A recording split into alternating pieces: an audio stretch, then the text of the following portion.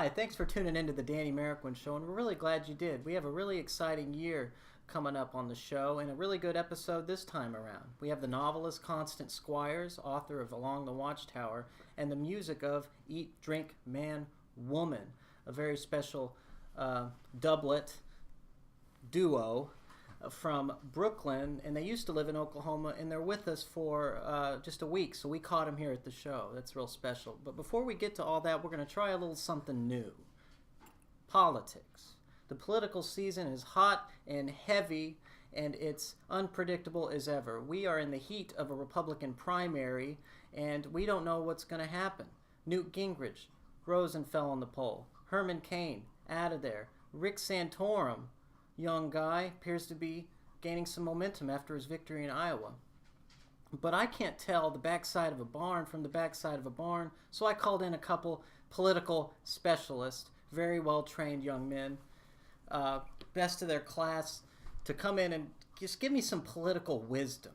James Nghiem with us today. How's it going? Dallas Paz. Thank you for having me. You're very welcome. Now, guys, like I said, we just don't know with the Republican Party. There just doesn't seem to be a clear front runner, and I'm dedicated to figuring this out. I mean, I just don't know. Who's going to win this thing, James? For me, it's clear. Mitt Romney is the clear front runner. His political views and policies line up perfectly with the core base of voters. If you just go down the list, he's anti-healthcare. That's cool. That is cool. He's pro-traditional marriage. Two dudes making out. Weird. Really weird, yes. And, yeah, he's just going to tear it up with his good looks and awesome views. Dallas, what do you think? Is Romney going to take it? Danny, I wish I could tell you that this is anybody's race, but, Newt Gingrich was sweating like his ex-mistress in a Catholic church in this last debate. It's all about Ron Paul. He's got the charisma. He's got the experience. He's got what it takes to take him all the way to the White House. He's gonna keep the government out of the American people's lives, and that's what's going to make him successful. All right. Well, guys, these all sounds like great, talking points and whatnot, but I still remain confused. Isn't there just a better way, a more old-fashioned way that we could figure this out somehow? I just feel like we're not getting something right. Well, sure there is. What's that? An old-fashioned pie eating contest. Coconut cream pie. The most American pie there is. All right. Romney! Ron Paul, go! Okay, it looks like Romney's still out ahead.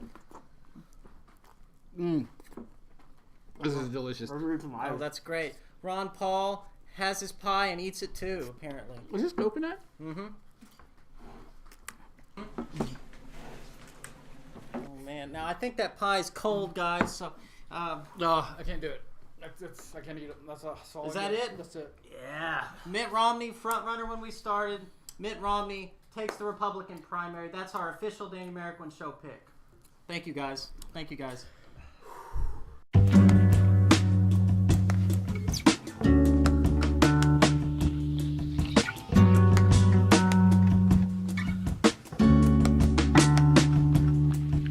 Looks just like...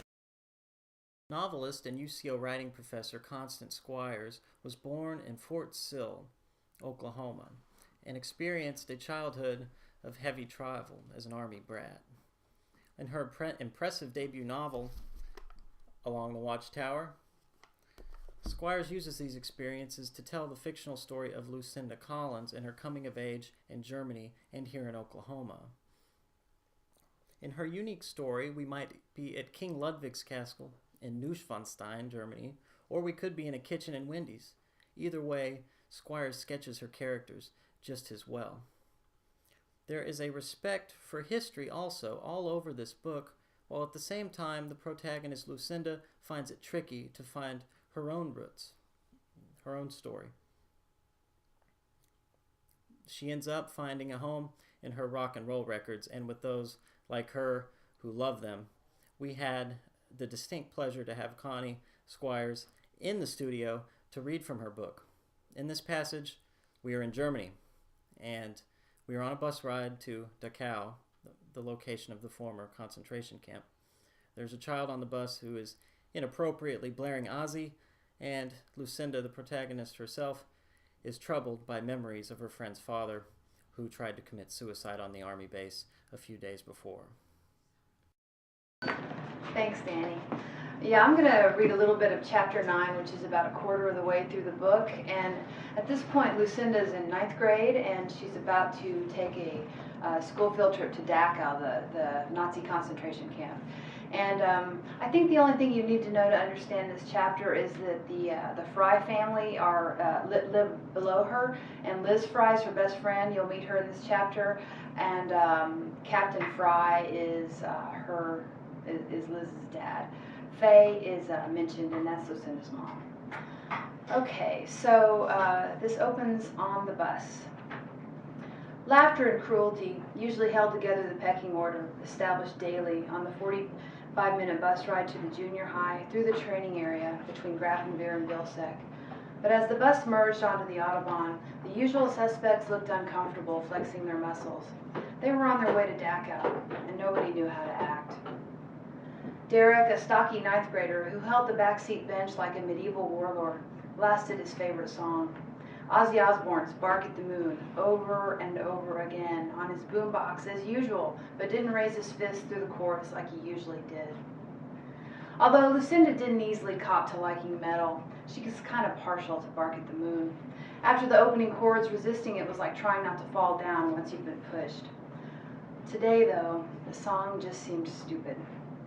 Next to her, Liz sat like a zombie. "You shouldn't be back at school already," Lucinda said quietly.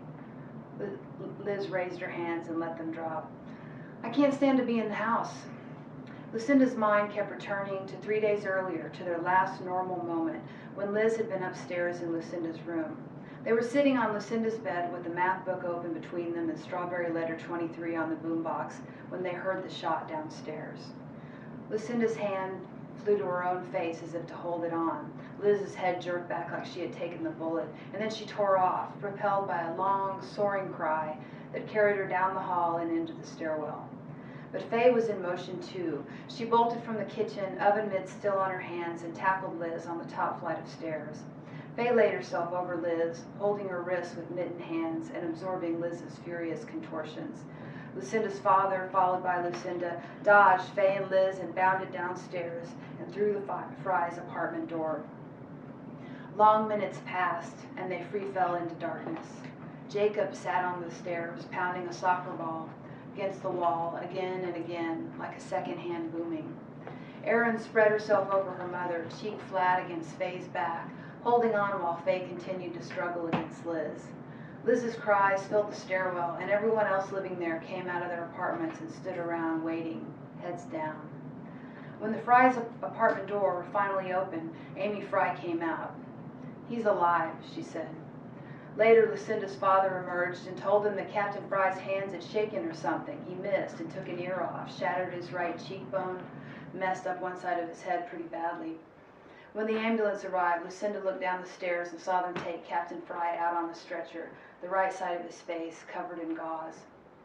Now the Frys were packing to leave. In a week they would be gone, heading stateside for discharge. But in the meantime, Liz was at school. Lucinda couldn't figure out why Liz had been allowed to come along on the field trip. She didn't know if Liz could deal with it. She didn't know if she could herself. Dachau, death, and more death. The concentration camp was less than 2 hours away. Lucinda was shocked how close it was, a satellite of Munich.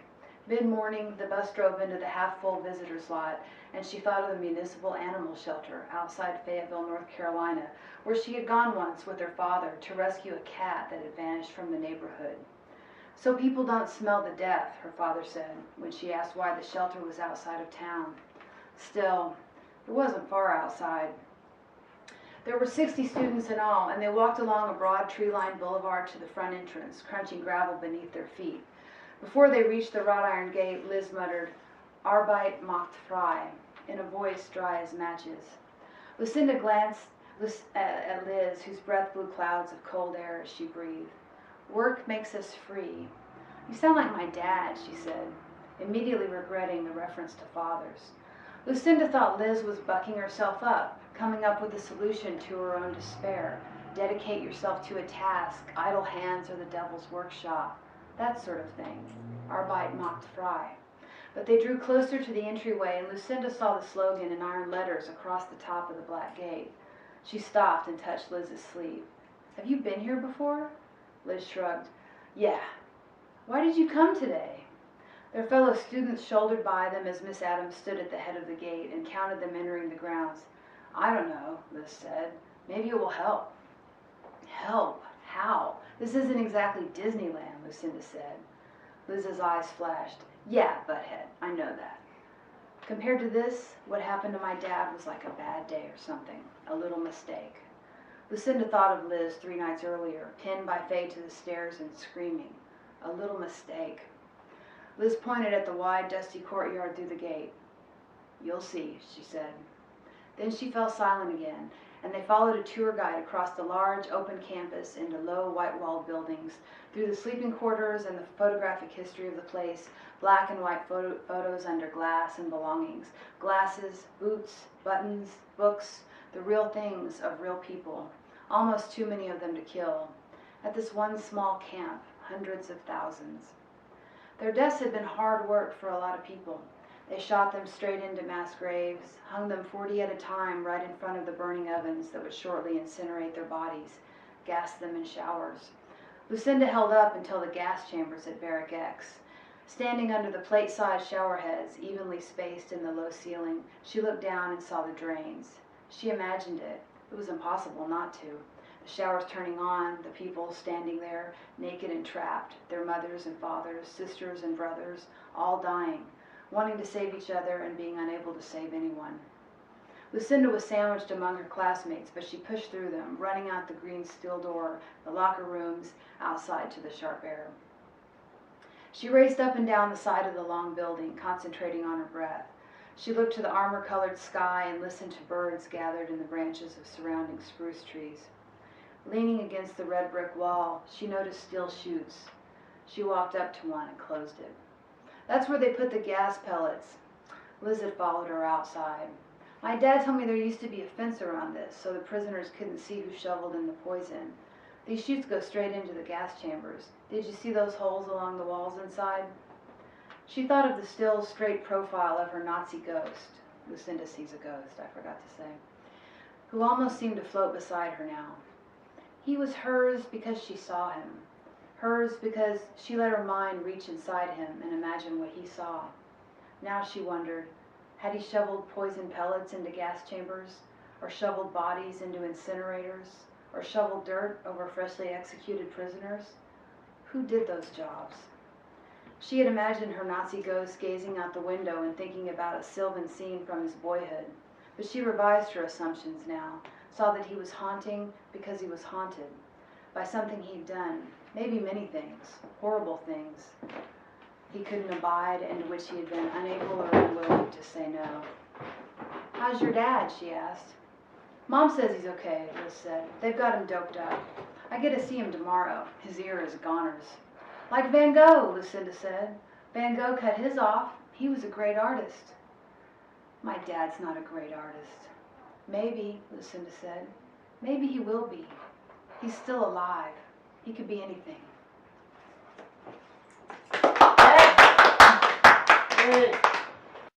Like visceral World War II education you got. Yeah. Compared to most other, American children. Were you ever? How did that kind of alter your, education about World War II? Whenever you ran into some of your peers later on after having that experience. Well, my own experience was quite different from the character in the book. I was a lot younger. I think I was in 6th grade when I saw it. Right. And in a way it was worse because I was reading Anne Frank, and I became convinced that I was seeing, ghosts there. And Yeah. I just couldn't. The presence of the past when you're there, it's just so palpable.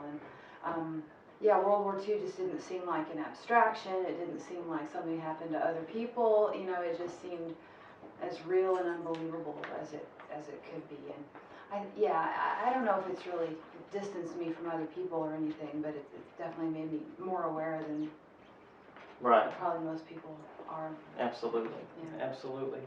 And another thing about this text, it's like I thought was interesting, your friends, they kind of float in and out of Lucinda's life.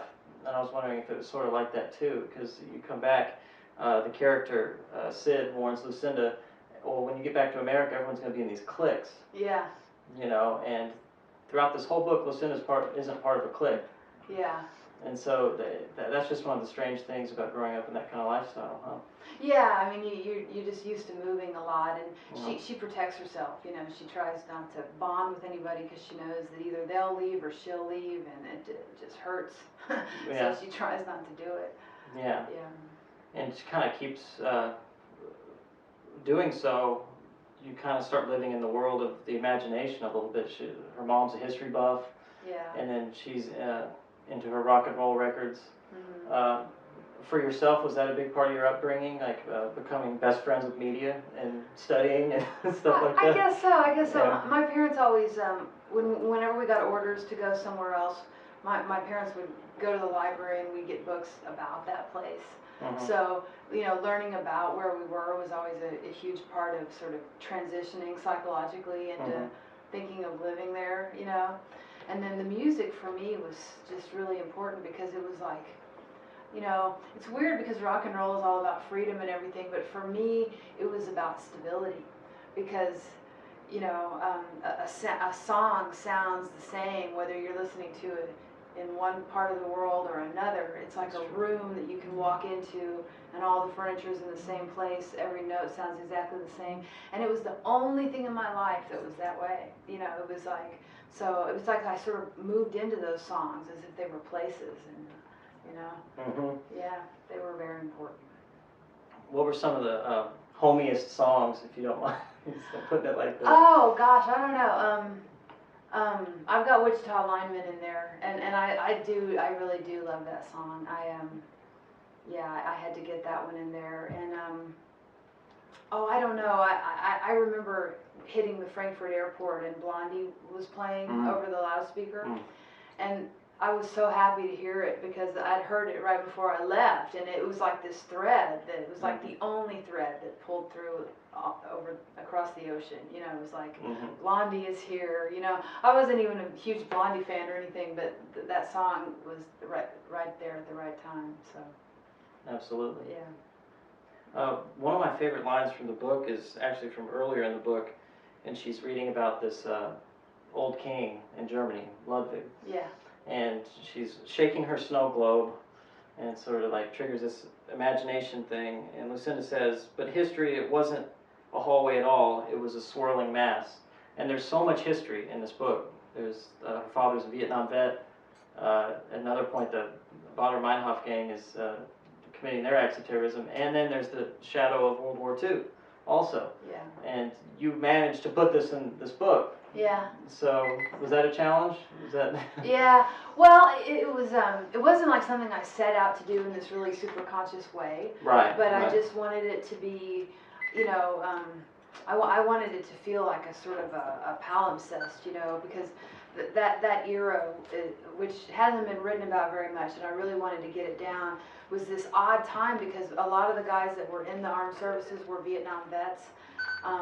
And you're in Germany, and so you're still really living with the ghost of World War II, and so you've got both of those wars sort of hanging over, and it's the last decade of the Cold War, and it really felt frightening, you know. I mean, it felt like kind of a front line, and it's before the whole War on Terror thing was even, you know, before that even happened. Although that I deliberately ended the book at the end of the first Gulf War so that it would be sort of the arc would be the last, you know, decade of the Cold War. Oh, wow. Yeah. Yeah. That's a whole nother monster entirely Yeah. to take on. Yeah, definitely, yeah. So when you get back home, music is still there, and you actually set a novel in Oklahoma City, Dallas, Lawton. I thought all novelists were in Spain or France or at the bullfights. Yeah. So why did you decide to set a novel in Oklahoma? I don't understand. Well, I mean, it's time to, you know, get Oklahoma on the literary map, really. I mean, there are some really good writers in Oklahoma, and it's just time, I think, that our stories start to become part of the national narrative, you know. And I mean, it would have just been sort of phony of me to put it somewhere else, because that's sort of where my imagination is. It's mostly around here. So the story, it's a novel, and nothing that happens in the book actually happened to me, but by making the settings real, it made it really, made it feel real, and it made me able to think about the rest of it without feeling like I had to make up, I wonder what kind of trees they have in New Hampshire or whatever, Sure. I mean, I absolutely could look out my window and go, okay, yeah. Right. So. I noticed that the character Lucinda goes in to some punk shows in Germany, Yeah. and up to then she has a pretty strong head on her shoulders, pretty strong character. It kind of seems to stand apart from all the craziness and moshing and stuff. Yeah. Is that the kind of punk participant you were, or did you get in there and? Oh, I don't know. I mean, I was really young, and I tried to get in there, but but it was sort of, I didn't actually want to mosh or anything. I just wanted to be close enough to see the band, and I had a couple, near misses and some really bruised ribs, and decided to kind of hang back a little bit from that, Thought, oh, that's why they stand along the wall, so they don't get killed. Okay, that's good. Good to know. Right. Well, the novel is full of the energy of music and sort of the long thinking of memory, and we're really glad you came here to talk with us about it. Thanks. Thank Appreciate you. it. Thanks for having me. Constance, I'm going to call you Connie. Yeah, that's good. But Constance is a really good writer name. Yeah, thank you. That's why I kept it. Yeah, it looks good in writing. I don't like it when anyone says it. I feel like I'm in trouble, but it looks good on the page. Okay. So since we're speaking, Connie, thank you for being with us. Thank you.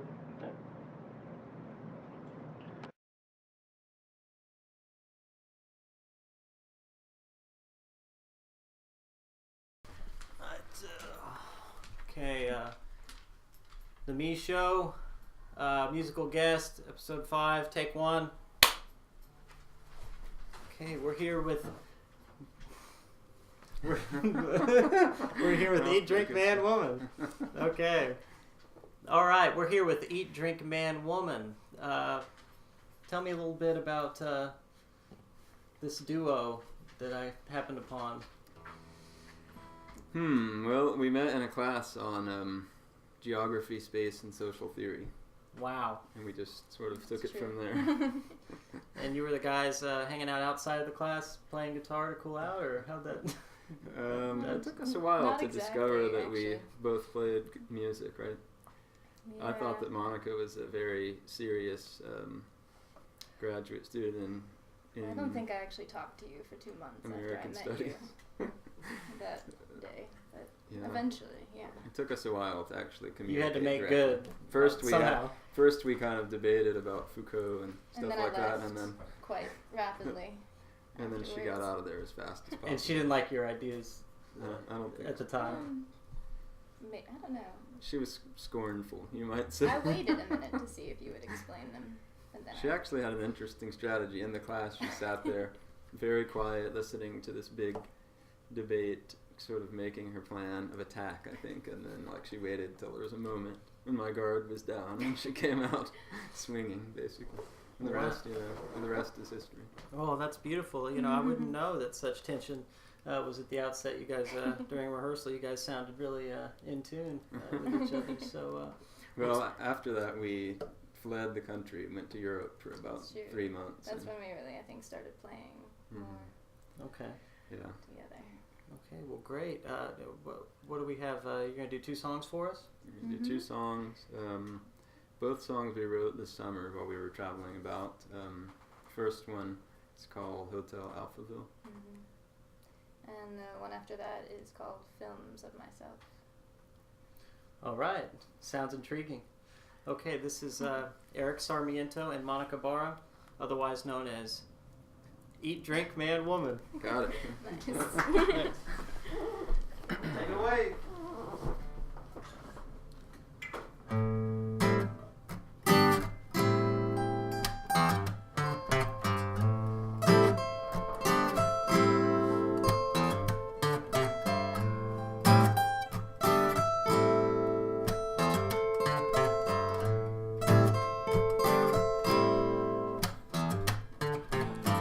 You're up all night while your sister sleeps for months.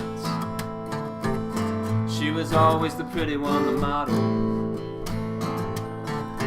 Here you are with your high tops and your Weezer glasses on, reading hardback books in an all-night diner. You look at me from under the brim of a baseball cap. Too large for midnight. Walking past sleepwalkers and neon lights. The city invites us in. You always thought you were afraid of everything and everyone. Sleeping alone in the Hotel Alphaville. Grew up too close to the light that dazzled everyone. But now you see that the shadows that they cast let you be away.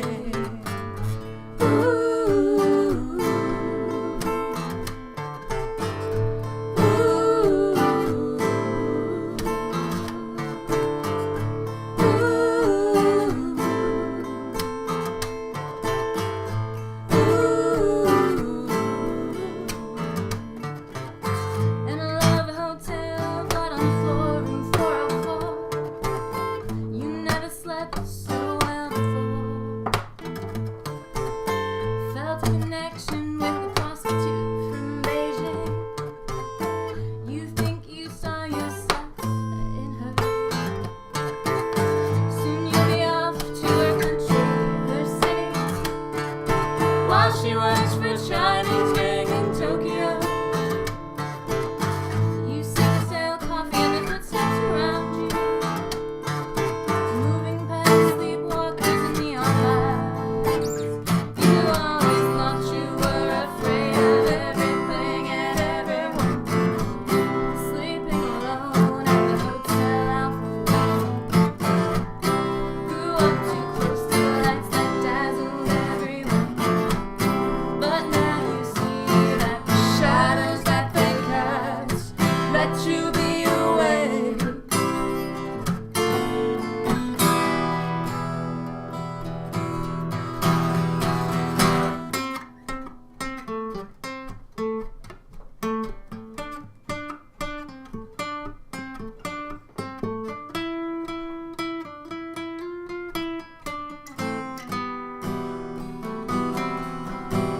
You wake up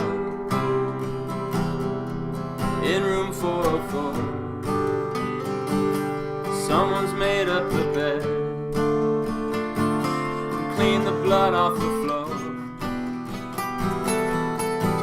I'm awake. A memory comes to you. Your sister holding on to you in the dark. Then it dawns on you, the world that you made. The world that you made. See,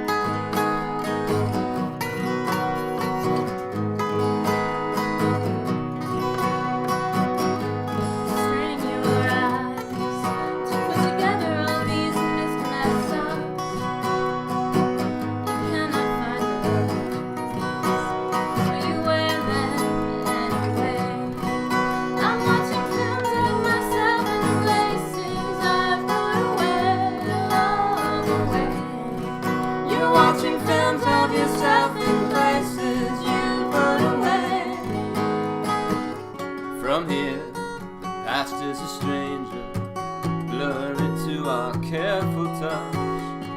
Packing a suitcase with some tomorrows, readying yourself for the sleepless endless nights.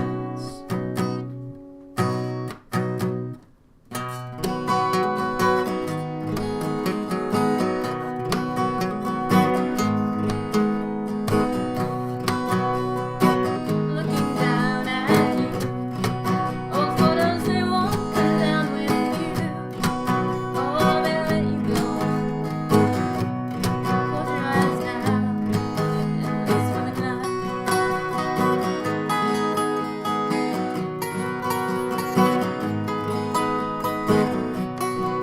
What happens when you leave this town for a new place, a new dream? Oh, wearing the same shoes. Old things and friends they can't finance you in your world. There is no credit for tomorrow. Today. From here, the past is a stranger, blurry to our careful touch. Packing a suitcase with some tomorrows, readying yourself for those sleepless endless nights.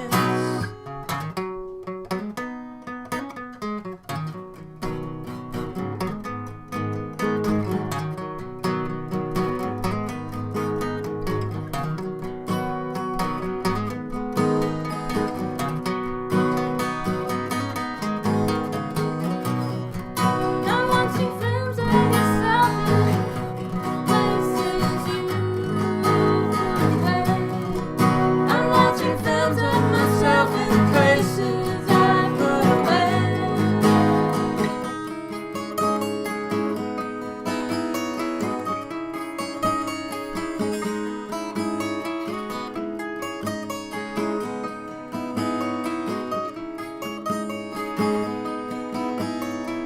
Vision can be blurry through rose-colored glasses, but even if you can't see a thing in front of you, keep walking on. Oh, your vision can get so blurry through rose-colored glasses, but even if you can't see a thing in front of you, keep walking on. Keep walking, keep on. Yeah. Thanks, guys. Yeah. Yeah.